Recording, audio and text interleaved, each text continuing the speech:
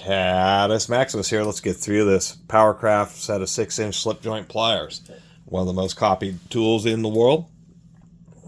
I found these along with that 1/2-inch Powr-Kraft spinner handle or speed wrench that I did a video about a few days ago. This one has a Powr-Kraft's always had large part numbers, an 84, 46, 52, 6C. Could have been made by, a variety of manufacturers. What I can tell you is these are not diamond-made slip joint pliers. They don't have the Diamond Made in USA logo on the interior, and the jaws are real beefy. I have another couple that we can compare to, Midco's and some SK Waynes. And what I mean by the beefiness of the jaws is one of the subtle differences in slip joint pliers is simply the fact of jaw profile. If we look at this, like these Midco's are much more narrow. Stack them on top. So these Powr-Krafts are kind of like thick jaw. They're big boned, but we can see how much just wider they are in this section. They're definitely going to be pretty darn strong. Even if we compare to the SK, we can see how wide they are. So not easy to find Montgomery Ward's old Powr-Kraft hand tools. And this will tell you the truth. After all these years of collecting slip joint pliers, I think this is the first set. I was looking through my channel, the very first set of actual Powr-Kraft branded ones. So I think that's kind of cool.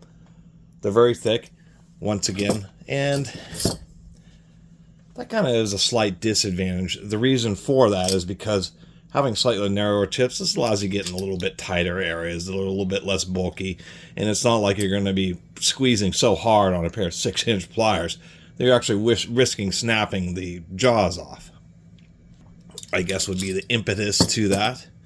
Anyway, even after all these years, they've held up pretty tight. This nut doesn't want to seem to have gotten loose, although a little bit of rust couldn't hurt.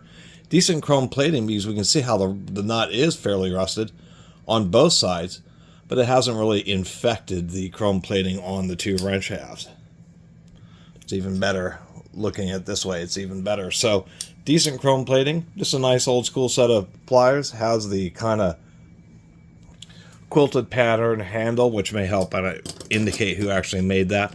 And that's one of the other differences, as we can see, like on the Midco's, it's kind of like a stamped knurling. We've got chevrons here on the, the SK set, and then a quilted here on these Powr-Krafts. So, just a short little video on these Powr-Kraft slip joint pliers. Definitely pretty well made, but I don't think they are the best out of all of them, just because of that thick profile. And actually I'm noticing here that they have more kind of a flat design to the larger section, which is just for general gripping around objects, bolts and nuts.